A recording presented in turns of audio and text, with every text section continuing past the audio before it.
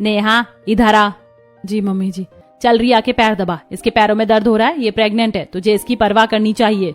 नेहा यह सुनकर सन्न रह जाती है। उसके चेहरे पर गुस्सा और अपमान साफ दिखता है। मैं क्यों दबाऊं इसके पैर? मैं कोई नौकरानी थोड़ी हूं। ओ नेहा, इतनी भी चिढ़ने की क्या बात है? अगर तुम इस घर को वारिस दे देती तो तुम्हारी हालत भी मेरे जैसी होती, लेकिन जब तुम नहीं दे सकती तो एक्सेप्ट कर लो, मैं ही इस घर की असली बहू हूं और अब इस घर पर मेरा हक है। नेहा की आंखों में गुस्सा भर जाता है। तुम कितनी भी कोशिश कर लो, ये घर मेरा ही रहेगा। तुम मेरे और मेरे पति के बीच में तीसरी औरत बनकर आई हो और हमेशा वही रहोगी। रिया का चेहरा गुस्से से लाल हो जाता है। चुप करो, ज्यादा जुबान चलाने की जरूरत नहीं है। उसी पल रिया के मन में नेहा के लिए गहरी नफरत भर जाती है। रिया अपने कमरे में अकेली बैठी होती है। उसके चेहरे पर गुस्सा और चालाकी साफ झलक रही होती है। इस नेहा को तो मैं इस घर की दहलीज से बाहर निकाल कर ही रहूंगी। अगर मैंने इसे इस घर से नहीं निकाला तो मेरा नाम भी रिया नहीं। अब चाहे मुझे ये गेम और ज्यादा सीरियस क्यों ना लेना पड़े, लेकिन मैं इसे इस घर में नहीं टिकने दूंगी। दिन बीतते जाते हैं और नेहा की हालत और खराब होती जाती है। कमला उससे पूरे घर का काम करवाती है। रिया के लिए फल लाना, उसे खाना खिलाना, उसके सिर की मालिश करना, उसके पैरों की मालिश करना। नेहा ये सब मजबूरी में करती है, लेकिन अंदर ही अंदर टूटती जा रही होती है। एक शाम नेहा घर के गार्डन में अकेली बैठी होती है। आंखों में आंसू और चेहरा उदास होता है। बेटा। हाँ जी पापा जी। मैं जानता हूं तुझे कितना दुख होता है ये सब देखकर, लेकिन मैं क्या करूं। मैंने राघव को कितना समझाया, कमला को भी, लेकिन ये दोनों जैसे बुद्धिहीन हो गए हैं, इन्हें कुछ समझ ही नहीं आता है। नेहा हल्की सी मुस्कान लाने की कोशिश करती है। पापा जी, मेरे लिए यही काफी है कि आप मेरे साथ हो, लेकिन ये लोग जो कर रहे हैं बहुत गलत है और एक दिन इन्हें अपने बुरे कर्मों का फल जरूर मिलेगा। हाँ बेटा, मैं तेरे साथ हूँ और तू सही कह रही है। ये जो हो रहा है वाकई बहुत गलत है। दोनों चुपचाप बैठे रहते हैं। एक तरफ सच्चाई है, दूसरी तरफ झूठ और अहंकार। घर का माहौल अब पूरी तरह बदल चुका होता है। रिया हर वक्त नेहा को नीचे दिखाने का कोई मौका नहीं छोड़ती है। कमला और राघव भी उसकी हर बात में साथ देते हैं और नेहा चुपचाप सब सहती रहती है।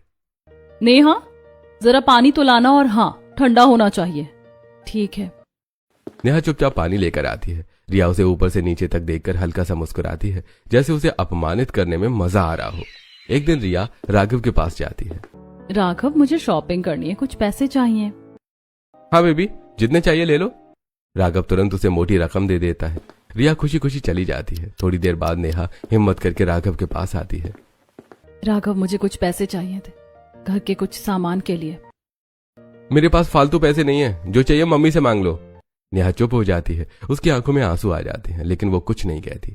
रिया बाहर जाकर खुलकर शॉपिंग करती है। महंगे महंगे ब्रांडेड कपड़े, ज्वेलरी, बैग्स लेकर आती है, लेकिन उसका व्यवहार कभी कभी अजीब लगने लगता है। वो हर वक्त फोन पर किसी न किसी से बात करती रहती है, छुप छुप कर मुस्कुराती है।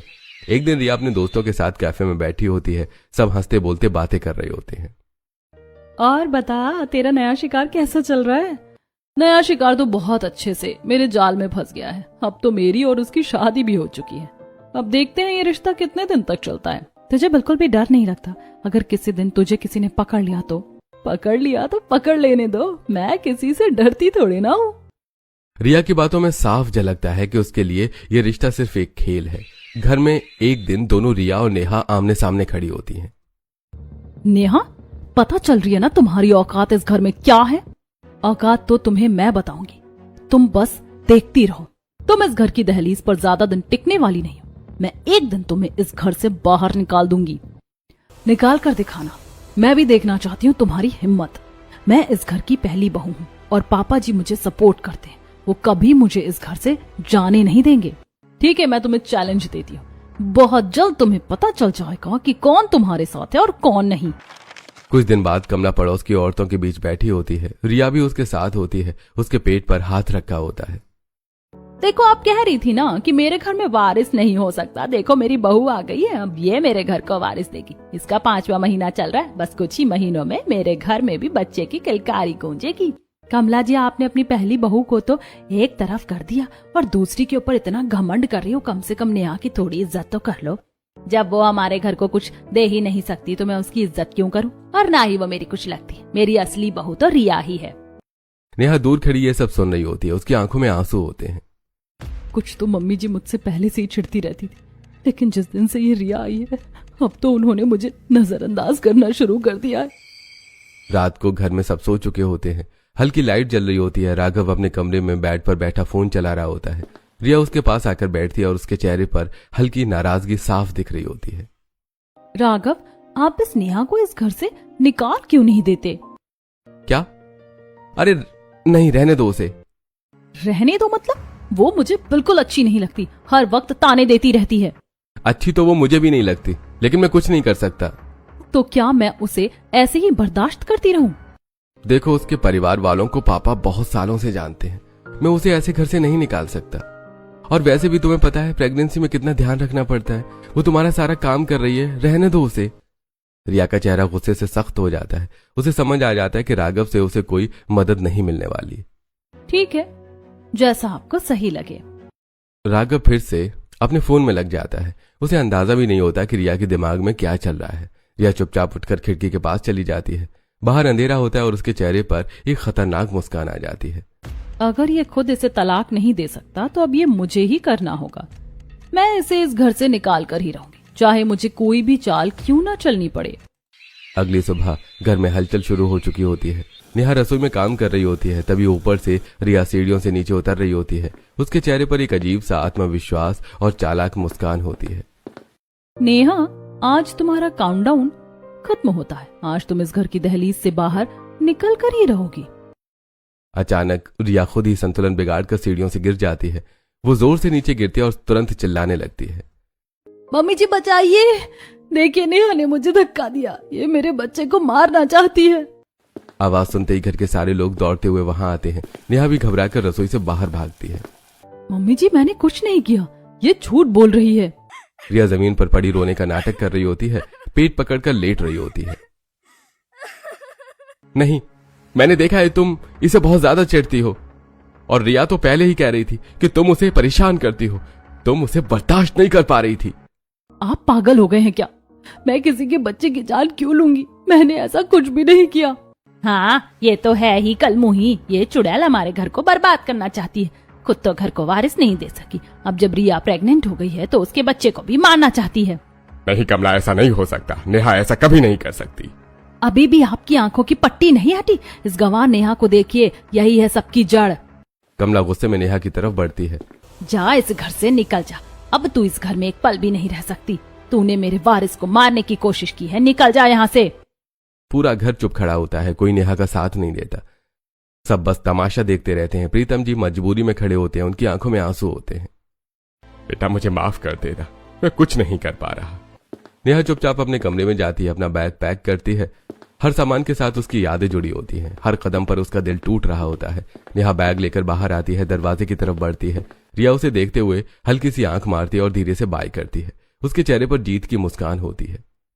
याद रखना, एक दिन मैं इस घर में दोबारा जरूर आऊंगी। हाँ हाँ, जा, इतने बड़े बड़े डायलॉग मारने की कोई जरूरत नहीं है। कमला जैसे रिया की तरफ देखती है, रिया तुरंत रोने का नाटक शुरू कर देती है। पेट पकड़कर सिसकने लगती है। नेहा बिना पीछे देखे घर से बाहर निकल जाती है। इस बार सिर्फ एक बहू नहीं, उस घर की सच्चाई और इज्जत भी बाहर चली गई है। नेहा अपने मायके पहुंचती है। दरवाजा खुलते ही वो अपनी मम्मी के गले लग जाती है और फूट फूट कर रोने लगती है। उसके आंसू रुकने का नाम ही नहीं लेते। मम्मी, मैंने कुछ नहीं किया, फिर भी उन्होंने मुझे घर से निकाल दिया। बेटा तू रो मत, तू मेरी बेटी है। मैंने तुझे बहुत मजबूत बनाया है। तुझे अपने हक के लिए लड़ना ही होगा। जो कर सकती है अपने हक को पाने के लिए वो कर। मैं हमेशा तेरे साथ हूँ। मम्मी, जब वो मुझसे प्यार ही नहीं करते तो मैं क्या करूँ? जब तू अपनी सौतन की सच्चाई सबके सामने लाएगी ना, तो राघव क्या, उसका पूरा परिवार तेरे सामने झुक जाएगा। लेकिन मम्मी, मुझे रिया के बारे में कुछ नहीं पता। तो ढूंढ बेटा, मेहनत करेगी तभी कुछ मिलेगा, वरना वो औरत तेरे पति को पूरी तरह अपने कब्जे में कर लेगी और तुझे इंसाफ भी नहीं मिलेगा। तू सीना ठोक कर अपने घर में रहेगी, लेकिन उसका पर्दाफाश करने के बाद। माँ की बातों से नेहा के अंदर फिर से हिम्मत जागती है। अब उसकी आंखों में आंसू नहीं, एक जिद होती है। अगले दिन से ही नेहा रिया के बारे में पता लगाना शुरू कर देती है। वो जानने की कोशिश करती है कि रिया कहाँ की है, उसके माता पिता कौन है और उसकी असली पहचान क्या है। एक दिन नेहा ऑटो में बैठने जा रही होती है कि तभी उसकी नजर एक कैफे पर पड़ती है। अंदर रिया किसी लड़की से बात कर रही थी। नेहा चुपचाप रुक जाती है और दूर खड़ी होकर उनकी बातें सुनने लगती है। यार रिया, ये खेल खत्म कर दे। कभी तेरा भांडा फूट गया ना तो बहुत बड़ा बवाल हो जाएगा। जब तक मैं सारी प्रॉपर्टी अपने नाम नहीं कर लेती तब तक मैं हार नहीं मानूंगी। यह सुनकर नेहा के होश उड़ जाते हैं। उसे समझ आ जाता है कि रिया का असली मकसद क्या है। थोड़ी देर बाद रिया वहां से चली जाती है। उसकी दोस्त भी दूसरी तरफ निकलती है। नेहा चुपचाप रिया की दोस्त का पीछा करती है और एक सुनसान जगह पर उसे रोक लेती है। अगर तुमने अभी के अभी मुझे सारी सच्चाई नहीं बताई ना तो मैं ससुराल वालों को ये सारी बातें बता दूंगी और नाम तुम्हारा लगा दूंगी। फिर देख लेना रिया तुम्हारा क्या हाल करेगी। रिया की दोस्त डर जाती है और उसके चेहरे पर घबराहट साफ दिख रही होती है। ठीक है, मैं सब बता दूंगी। रिया का एक गेम प्लान है। वो हर अमीर लड़की को फंसाती है और उनसे पैसे ले लेती है। बस मुझे इतना ही पता है, बाकी मुझे कुछ नहीं पता। नेहा की आंखों में गुस्सा और आत्मविश्वास दोनों आ जाते हैं। अब देखना मैं तुम्हारी दोस्त की कैसे बैंड बजाती हूँ। नेहा को अचानक याद आता है कि राघव अक्सर एक खास होटल में जाया करता था। उसके दिमाग में तुरंत शक की एक नई कड़ी जुड़ जाती है। अगले दिन नेहा उसी होटल में पहुंचती है। आत्मविश्वास के साथ रिसेप्शन पर खड़ी होती है। मुझे इस लड़की की हर डिटेल चाहिए। ये कब कब यहाँ आई है, किसके साथ आई है। मैडम, हम अपने कस्टमर की ऐसी डिटेल किसी को नहीं बताते। अगर आपने नहीं दिखाई तो मैं अभी पुलिस को फोन कर दूंगी और बताऊंगी कि इस होटल में 2 नंबर का काम चलता है। रिसेप्शनिस्ट घबरा जाती है, इधर उधर देखती है और फिर कंप्यूटर में रिकॉर्ड खोल देती है। सीसीटीवी फुटेज में साफ दिखता है रिया अलग अलग समय पर अलग अलग लड़कों के साथ होटल में आ रही होती है। इतनी बेशर्म लड़की, कितने लोगों को पैसों के लिए फंसाया है इसने। नेहा उन सभी लड़कों के नाम और नंबर नोट कर लेती है और एक एक करके उन्हें फोन करती है। धीरे धीरे उसके पास सारे सबूत इकट्ठे हो जाते हैं। 7 महीने बीत जाते हैं। रिया की प्रेगनेंसी अब साफ नजर आने लगी है। उसी दिन नेहा पूरे सबूतों के साथ ससुराल वापस पहुंचती है। मैं एक बार फिर आ गई हूँ, लेकिन इस बार सबूतों के साथ और इस औरत का पर्दाफाश करने। जा निकल इस घर से। आज मैं तब तक नहीं जाऊंगी जब तक आप सबको इसकी सच्चाई नहीं बता देती। क्या सच्चाई? निकलो यहाँ से। तुम फिर से मेरे बच्चे को नुकसान पहुंचाने आई हो। नहीं, इस बार मैं सबूत लेकर आई हूँ। नेहा अंदर आती है और उसके पीछे कई लड़के भी घर के अंदर आ जाते हैं। ये कौन लड़के हैं? मुझे तो पहले से ही पता था तू कैरेक्टरलेस है, इतने लड़के लेकर आ गई मेरे घर में। मैं इन लड़कों को नहीं जानती, लेकिन ये सब रिया को बहुत अच्छे से जानते हैं और रिया भी इन्हें जानती है। सुनते ही सब हैरान रह जाते हैं। रिया के चेहरे से रंग उड़ जाता है। रिया, तुम तो कह रही थी कि तुम मेरे बच्चे की माँ बनने वाली हो और अब तुम यहाँ राघव के साथ रह रही हो। नहीं, ये झूठ बोल रहा है। मैंने तुमसे शादी करने से मना कर दिया, इसलिए तुमने दूसरा लड़का फंसा लिया। हाँ, इसका मेरे साथ भी अफेयर था। एक टाइम पर मैं भी इसका आशिक था, लेकिन इसने मुझे भी छोड़ दिया। रिया की बोलती बंद हो जाती है। राघव के पैरों तले जमीन खिसक जाती है। नेहा एक फाइल निकालती है। ये डॉक्टर की रिपोर्ट है। इसमें साफ लिखा है कि ये बच्चा राघव का नहीं है। सबके चेहरे पर शॉक साफ दिखता है। हाँ, ये मेरा बच्चा है। इसने मुझे बताया था, लेकिन मैंने शादी करने से मना कर दिया क्योंकि मुझे इसके बाकी लड़कों के बारे में पता चल गया था। इसके बाद ही इसने राघव को फंसाया होगा।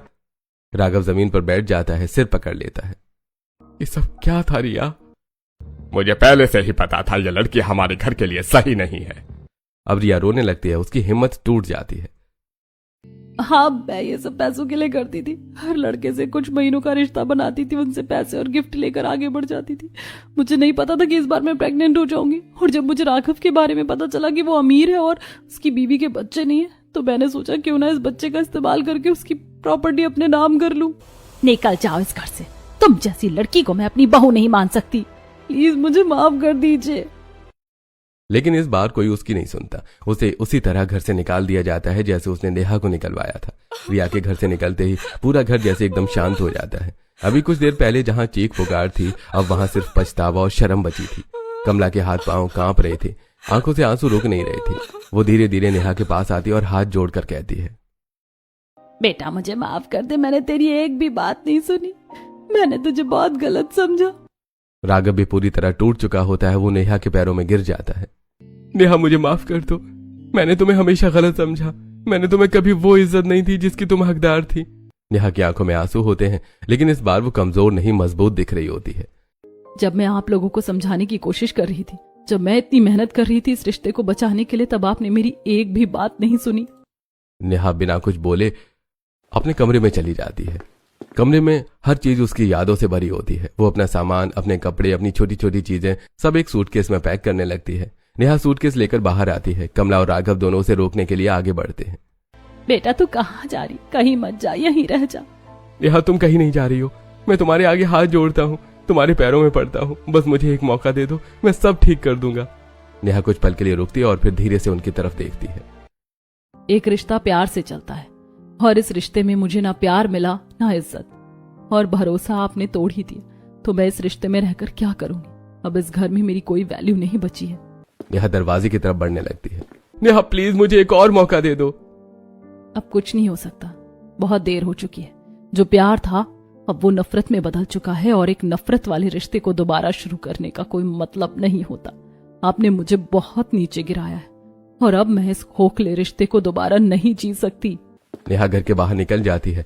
इस बार उसकी चाल में दर्द नहीं बल्कि आत्मसम्मान होता है। तभी पीछे से प्रीतम जी अपना बैग लेकर आते हैं। आप कहाँ जा रहे हैं? मैं भी इस घर में नहीं रुकूंगा। जिस घर में इंसाफ नहीं होता वहां रहना मेरे लिए भी पाप है। वो नेहा के पास जाते हैं। बेटा मुझे माफ कर देना, उस दिन मैंने तुझ पर भरोसा नहीं किया, ये मेरी सबसे बड़ी गलती थी। इन लोगों ने मेरी आंखों पर धोखे की पट्टी बांध दी थी। नेहा कुछ नहीं कहती, बस हल्की सी नजर झुका देती है। नेहा और प्रीतम जी दोनों गाड़ी में बैठते हैं और उस घर को हमेशा के लिए छोड़ देते हैं।